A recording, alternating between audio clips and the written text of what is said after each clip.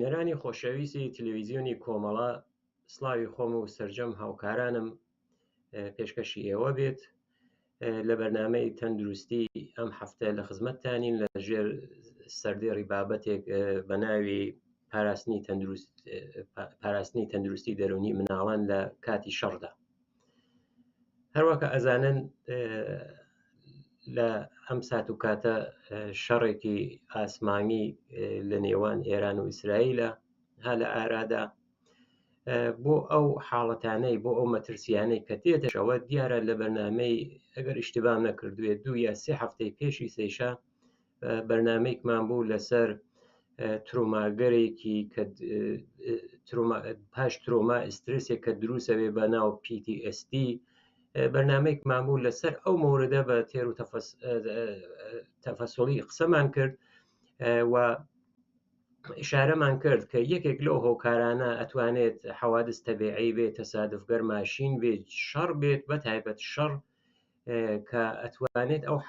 حاڵەتێکی ئسترسە دڵڕاوکیە بۆ ماوەیەکی زۆر لەو مرۆڤە ئاسار و ئەسەراتەکەی خۆی بەجێ بێڵێت کە ژیانی تووشی ناخۆشی بکە. بۆ نمونە لەسەر خەوی تەئسیردا ئەنێت ئەو حەوادثە دێتەوە بەرچاوی.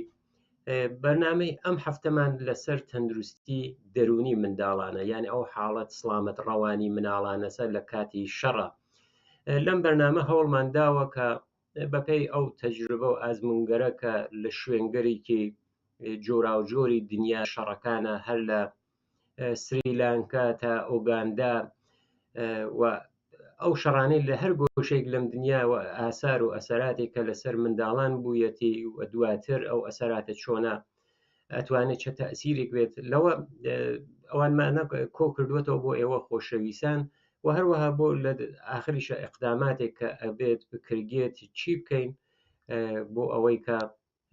ئەسەراتی ئەم شەڕگەرە لەسەر منداڵان بۆ دواتر تەئسیراتی دانەنێتەوە. تەئسیراتە لە چه بوارگەرێکەوە هەیە کە ئشارەیان پێکەین. معموڵەن کە لە هەر شەڕێکە ئاسار و ئاسەوەرگەرێکی مخەڕب دائەنێت، هەم لەسەر گەورە ساڵانە هەم لەسەر مناڵانە.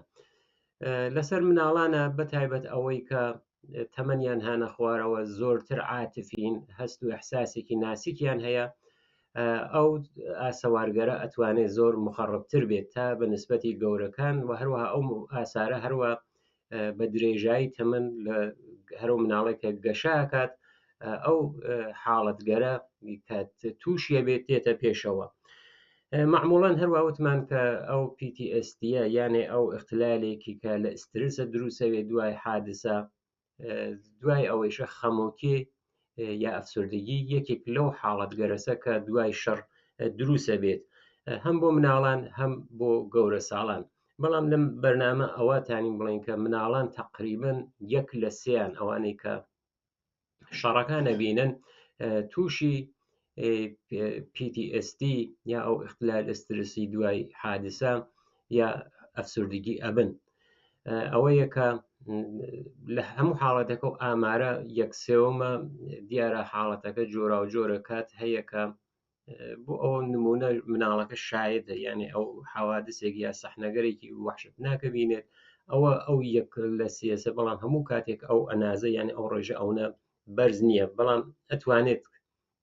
نسبەتێک لەوە خوارتر یا دەرسەدێکی خوارتر بەخۆی اختصاص بات. بەم دوو حاڵەتیشە یانێ ئەو ئسترسی دوای ترۆما یا هەر زەربەیەک دوای ئەو شەڕە یا ئەفسردگی بەوە حاڵەتە فقط بەو دوانە بەسەندە ناکردی، یانێ ئەو دوو بەشە نییە. بەشگەرێکی تریش هەیە تەئسیراتی هەیە لەسەر بەتایبەت گەشە و ڕشتی مناڵ تووشی اختلالە بێت. معموڵەن مناڵگەرێکە لە مەناتەقێکی جەنگیە بن یا جەنگەکان ئەبینن گەشەکردنیان چە لە باری باڵا و چە لە باری وەزن و کێشەوە ئەوانە تووشی مشکڵە بن. ڕەوابەتی خانەوادەگی ئەو حاڵەتگەرەوەی کە لە بنەماڵەکانیانە هەیە تووشی اختلالە بێ، اختلالەکانیش ئەو من حتممە ئەرزی خزمەتانەکەم. ئەو اختلالە فقط لە ناو ماڵە نییە، یعنی لەگەڵ ئەعزای بنەماڵات برا خۆیش دایک باوک ئەوە نییە، بەڵکە ئەتوانێت لەگەڵ هاوساڵەکانی خۆی شەوێنەوەی کە هاوتەمەنی خۆین ئەو کەسنە ئەو مناڵە ئەو اختلالە لەوێ دروست بێت. اختلالەکە ئەتوانێت لەسەر کۆمەڵگا خۆی تەسیری دابنێت، یانێ ئەتوانێت تەحسیڵ و مەدرسە و ئەوەی کە نەتوانێت محەسڵێکی باش بێت، باشتر درێژە بات بە دەرس خوێندن ئەوانیشە، و هەروەها ئەتوانێت ڕزایەت چەندی ڕزایەتی بێ لە ژیان، ئەوەیە کە هەمیشە محتەرزە ناڕازیە، کە ئەوە توانین وەکو بڵین وەکو خەمۆکیەکە هەر لە بەشی ئەو خەمۆکیە بەڕەسیە کردێت. معموڵەن ئەو متاڵعاتێش کە کراوە لەسەر مناڵانێک کە هانە کاتی شەڕەیە دوای شەڕەکە ئەو تەسیراتە هەیە، دیدگایك هەیە کە بە دیدگایکی کۆمەڵایەتی بووم شناختی ئەناسرێت. ئەو دیدگا کە کۆمەڵایەتی بووم شناختی یا جامعە شناسی ئەو محیتیە، یانی لە محیتێکی بوچکە و ئەتوانێت تەسیرەکەی بێت بەسەر محیتێکی گەورەترە، یانێ تەسیرەکە هەم چکۆلەس هەم گەورە، یانە هەم تەسیراتەکەی خۆی لە ناو بنەماڵە لە ناو خانەوادەدا ئەنێت، هەم لە ناو کۆمەلگای یا جامعە کە لەگەڵ هاوساڵەکانی خۆیە، لەگەڵ مامۆستای معلمی خۆیە لە مەدرسە ئەتوانێت ئەو تەسیراتە بێت. پس ئەو پەیامەتگەرە کە تێت فقط بە ماڵەوە محدود نامێنێتەوە، بەڵکو ئەتوانێت شامل نزیک و دووریش بێت، یانە هەم خانوادە و هەم جامعە. ئەوەیە کە بە دیدگایکی ئیجتماعی بووم شناختی ناسراوە. عوارزێکیشی هەیە، خۆی ئەمەزانی هەموو شەڕێک عارزەی ها بە دواوە، عوارزەکەی ئەوەیە مەنابعی تەبیعی لە بینەچێ، مەنابع تەبیعی لە بین چوو بۆ سڵامەتی، بۆ مەراکز تەندروستی، بۆ ئەوانە بوجە نامێنێت یا تووشی کێشە ئەبن. ئەوە یەکێک لەو حاڵەت گەرەسە ئەگەر مشکڵێکیشیان بێ، نەخۆشیێکیشیان بێ، ناتوانن پەیگیری بکرێ، یانە ئەتانی بڵین لە یەک کەلیمە کەمبودی کە ئەو کەمبودە کەمبود مەنابعێکەکە بۆ سڵامەتە کە بە مشکڵاتێکی ئەکۆلۆژیکیش ئەناسرن، وەکو ئەوەی کە هەژارێکی شتێ بە دوای هەر شەڕەکە ئێمە هەژینین. ئەو سیستم مەدرسە و دەرس خوێندنوشیە تووشی خەلەلە بێت. یەکێک لەو حاڵەتگەرە کە زۆر بەرچاوە لەو مناڵانە یعنی توندوتیژیە، ئەو توندوتیژیە هەم شامڵی خانەوادە ناو بنەماڵەیە، ئەو حاڵەتە ئەتوانێت ڕوو بدات، یا ئەوەی کە لە دەوروبەریە لە ناو جامعە ئەو حاڵەتی خشونەت و توندوتیژیە تووشی ئەو مناڵە ئەبێت. معموڵەن لەگەڵ بنەماڵە یا خانەوادە ئەو تەعامڵی کە دروستە بێ یا ئەو چەرخە کە تووشی خلەلە بێت دوو دەسەن، جیا لەوەی کە دوو دەسەکە معموڵەن ژنانیشن، هەم ژن مناڵان تووشی ئەم خشونەت و توندوتیژیا بن. یانێ معموڵ ئەوەی بینراوە کە دوای شەڕەکان ئەو ئامارەی کە بەتایبەت یونیسف ئێرای داوە، ئەو خشونەتە تەکەی حتا لە بازی شوێن مەسەڵەن ئامارگەر ئافریقایان هەیە لەسەر مناڵانە ها لە زۆرترەوە. بۆ نمونە ئەگەر لە کامبۆجە شەڕەکان کامبۆجیان بەڕاستی کردووە بە پێی مۆقعیەتێک کە ژن لەوێ هەیەی شایەتە مۆقعیەتە لە ئافریقان نە لەسەر مناڵان تەسیرەکەی زۆرتر بوو، یعنی ئەو ژنەکە دای خۆی تووشی مشکڵاتی بۆ ئەوە زیاتر نەیتوانیکە پەروەردە یا ئەو چاوی بە گەشە و ڕشتی ئەو مناڵانە بێت. جیا لە توندوتیژی کە ئەتوانێت یەکێک لە نیشانەکانی بێت، ئەو توندوتیژیشە ئەگەر شەڕەکە نەبوێت بە هۆکار ئەتوانێت ئەو توندوتیژیە کە هەموو کاتێک لەلایەن مناڵن ئێمە نابین، کات هەیە مناڵەکە سالمە، بەڵام ئەو PTSDە یعنی ئەو عوارزەی دوای شەڕە تووشی یەکێک لە دایکە بێت کە ئەوە ئەتوانێت مشکڵاتێک دروستکات. بەتایبەت لەو بەرنامەی پێشوومانە من ئشارەم کرد بە مەواردێک، لێرە سەریع ئشارەی پێکەم. کاتێک بۆ نمونە باوکێک فەرق ناکات دایکێکیش کە تووش حاڵەتی PTSD بوو، بۆ دەرچوون بۆ ئەو هەڕاکردن لەو حاڵەتگەرە، ئەو حملەگەرە، ئەو ئسترسگەرە کە تێ بۆی ئەتوانێت پەنا بووە بە ئەلکول، ئەتوانێت بە شێوەیەکی ئەفراتی یا بە مخدراتێک کە ئەتوانێت دارو بێت، ئەوەیشە کە خۆی ئەوێتە عوارزێک یا پایەگەرێک بۆ خشونەت بەر عەلەی مناڵان لە ناو بنەماڵە. بەڵام ئەو مشکڵاتە لە چه شوێنگەرێکە ئەتوانێت بێتە پێشەوە، مشکڵاتەکە ئەو تەندروستی دەرونی یا سڵامەت ڕەوانیە کە ئەتوانێت بێتە بەرەوە معموڵەن بۆ مناڵ لە مەدرسە ناتوانێت وەزایف تەکالیفەکەی خۆی باشی ئەنجام بات، یا لە ناو خانەوادە ئەگەن کارێک بکە بە پەرخاشگەری جوابی وەرئەگرێتەوە، بەڵام ئەتوانین ئەو حاڵەتە بە ئەوەی کە ڕەوابەتێکی ئیجتماعی حتا ئەوەیشی تێکەچێت، یعنی ئەوەی یەکێک لە ڕێەکان ئیقداماتە حتمما لەو بەشەی مەشارەی پێکەین کە مناڵان ئەبێ چۆن ڕەفتارکەین لەگەڵیانە لەو شەرایەتێکی ئاوادا. مشکڵێکی تریش کە ئەتوانێت بێتە پێشەوە بازم هەر لەسەر مناڵانە ئەوەیە کە دواتر مدیریەتی ئەم مناڵانە سەختەوێ بۆ دایک و باوکیان، چونکە مناڵ هەرەوە نییە کە مناڵ بێت، مەرحلەگەر ڕشت تێکڵاوی لەگەڵ جامعە ئەوەیە کە مدیریەتی کۆنتترۆڵی ئەو مناڵانیشە ئەتوانێت لە ئایندە و داهاتووە ئەو خانوادەگەرە تووشی مشکڵاتێکە. بەڵام ئەو حاڵەتە کە وتم ئەتوانێت نقاتێکی مشتەرەکی هەیە جیا لەوەی کە شوێنەکان کوێنە بووگە ئەو ئامارگەرەی کە یونیسف ئێرائەی داوە مناڵەکان بە هەر شێوەی بووگە بە هەر دەرسەدێ بووگە حتممە تووشی ئەو عوارزە بووگن. بەڵام دوای شەڕ ئەگەر ئێمە گەرەکمانوێ بڵێن مراقبەتگەرێکی بێداشتی ئەوەی کە چاودێریکی تەندروستی بێت ئەبێت چۆن بێت، ئەبێت هەم لە سەتحی فەردیە هەم لە سەتحی خانوادەگیە ئەو مناڵانە دوارە لە وەردەیانە لە ئاموزشیانە حتممە لە ژێر نەزەرە بن، تونند و تیژیەکەن بە تونند و تیژی جواب نەدرگنێتەوە بە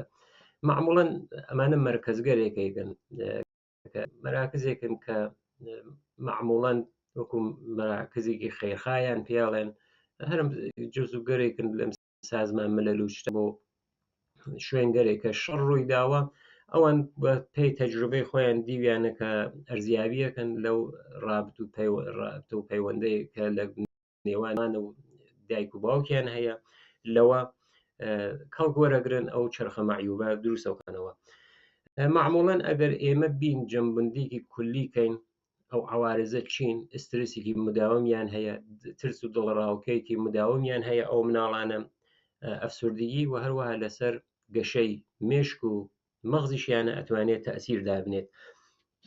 بەڵام ئیقدامات ئایا ئێمە توانین ئیقدام بکەین کە ئەسڵ بەرنامەکەی ئیمڕۆیشمان هەر ئەو ئیقداماتەسا کە من دەسەبەنیم کردگە لە جدوەلێکە کە خولاسەوار خزمەتی خۆشەویست عەرز یەکەم. معموڵەن ئەو ئارامش و ئاسوودگیە ئەبێت حفز کردی بۆ مناڵان، یانێت مناڵ ئەبێت هەست بە ئارامشێک کە ئەگەر شکاتێکە شەڕ هەیە هەست بە ئارامشکە، ئەتوانێت ئەو ئارامشە ئەو کەسێکە ئیسە برا گەورەیەکە دایکی یا باوکە ئەو مناڵە لە شوێنێکی ئادا بنێت بۆ ئەوەی کە پەریشان نەبێت و تەوزیحاتی بۆ بە بۆ ئەو حاڵەت ئسترابە، یعنی ئەگەر بۆ نمونە دایکێک قیژە کات هاوار کات چونکە وەڵین واکنشێکە کاتی شەڕ بۆ نمونە بمباران یەکدانە مناڵ نیشانی ئەدات، ئەو وەڵین مناڵێکە من زورمەوە ژێر تەمەنی 6 ساڵ بێت، جیا لەوەی ئەگەر بڕوانێت بۆ ئەوەی ئەو شوێنێکە بمبەکە یا ئەو تەقینەوە ڕووی داوە ئەو ئەڕوانێت بۆ لای دایکی یا بۆ لای باوکی، بۆیە ئێمە ئەبێت ئەو حاڵەت ئارامشە حفزکەین، یعنی ئەگەر دایکێ بۆ نمونە یا هاوار کات ئەو قیژە زۆرتر تەئسیرێکی زۆر منفی لەسەر ئەو مناڵە دائنێت، یعنی نابێت ئێمە ئسترس ئستراب و دڵڕاوکێ انتقال بدەین بەو مناڵانە. بە زمانێکی سادە نابێت پایەکانی ترس لەوانە دروستکەین، ئەوە یەکە حتممە ئەو والدینەکە هانە سەحنەکەیشە حتممە ئەبێ ئاگاداری خۆیان بن، دوای ئەوەی کە ئارامش بە ئارامشەوە بۆ مناڵە بێژن هیچ نەگەران مەبن، هانە جێگەیەکی ئەمنە ئەوە کە ئێوە گیانتان پارێزراوە و مەزراو منزور ئەوەسە کە ئەمنیەتی گیانیان هەیە. معموڵەن دوای چه شرایطەکە جەنگی بێت چە دوای جەنگ معموڵەن ئەبێت مەسئولیت پەزیری بە مناڵان بدرگی، یانی ئەو حسە قبول بکرگێ کە مەسئولیت پەزیریان پێبن، ئەگەر ناوماڵە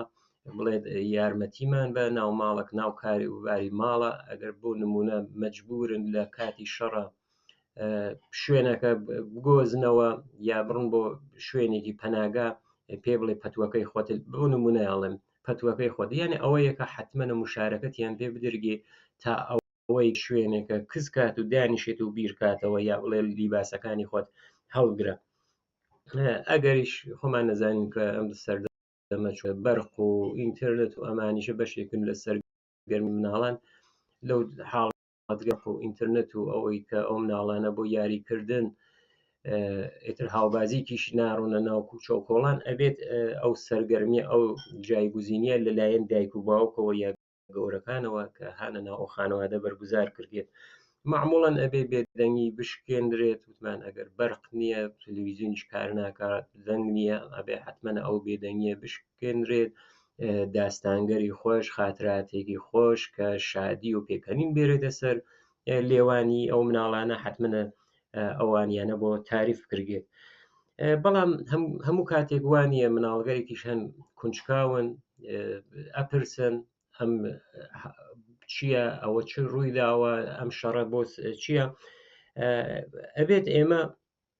لەگەڵ یانە درۆ نەکەین واقعیاتەکەت ئەو جۆرەی کە هەیە پیان بڵێ واقعیاتەکە ئەوە نەکە جوز بە جوزی سەحنەی شەڕەکان منزور ئەوەیە کە بڵێت وایە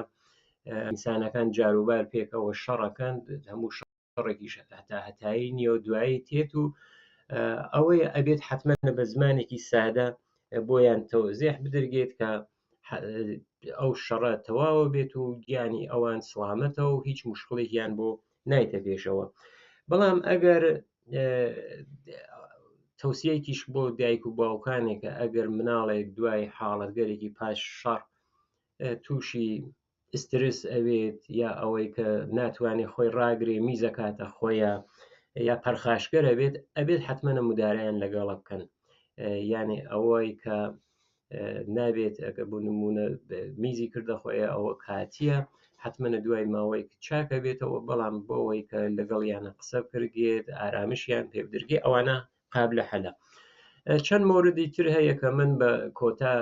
ئەرزی خزمەتی ئێوە خۆشەویستان یەکەم کە وەکو ئەقداماتێکە کە ئەبێ لە بەرچاوە بگرگێت ئەگەر بۆ قسەکردنە لەگەڵیانە ئەگەر پرسیارگەرێکیان هەیە هات و ساتێکی گونجاوە بێت بۆ نمونە لە کاتی نان خواردنە بێت چۆن وتمان ئەوان هەم لەباری عاتفی و هەم لەباری ئەحساسی و زۆر زەعیفترن ئەبێت بۆ نمونە لە کاتی نان خواردن لەگەڵیانە قسە بکرێت و تەوجیه بکرێن باشتر ئەوەیە لەم باسکەرە هیچ کاتێک پێش یانە نزیک ساعتی خەو پێش نووسن یان کەڵک وەرنەگیرگێت حتممە لە کاتێک کە ئارامش هەیە ئارامن تاکەش ساکتە ئەو والدین یا کەسێکە گەورەی ئەو مناڵانە ئەتوانێت بۆیان تەوزیح بات ئێمە هەروواکە ئەزانین ئیسە شرایطەکە وایە پێاتکە مناڵ هەرەوەنی ئەتوانێت مەنابعگی خەوەری بەردەستیە بێت تەلەڤیزیۆن هەیە ناو ماڵە ئینترنێت یا گوشی ها بەدەستیەوە ئەبێت لەگەڵ ئەوەیشە قسە بکەین کە ئەو خەوەرەندا یا ئەو هەواڵانەی کە بڵاوە بێتەوە هەمیشە منبعکی مۆسەق نین ئەو خەوەرگەرەی کە هەن ئیسلاحی بکەین بۆ نمونە تەسویرێک نیشانەدات انفجارێکی فەوقلادە کە بیکریاگە بە هۆش مەسنوعی یا سەحنەسازی بۆ کریاگە ئەوانیانە حتممە بێ وەزیح بدرگێ کە ئەمە وەکو فیلمگەرێکی سینماییە کە دروستە کردی بۆ ئێوە ئەڵێم کە نابێ بیبینن و تەمەن بۆ نمونە 15-16 ساڵ بەرەو سەر ئەبینێ ئەوانە خراپە یانێ تەوزیحیان بۆ بدە و ئەو خەبەرانیشە پێیان تەوجیه کردێ کە غەڵەتن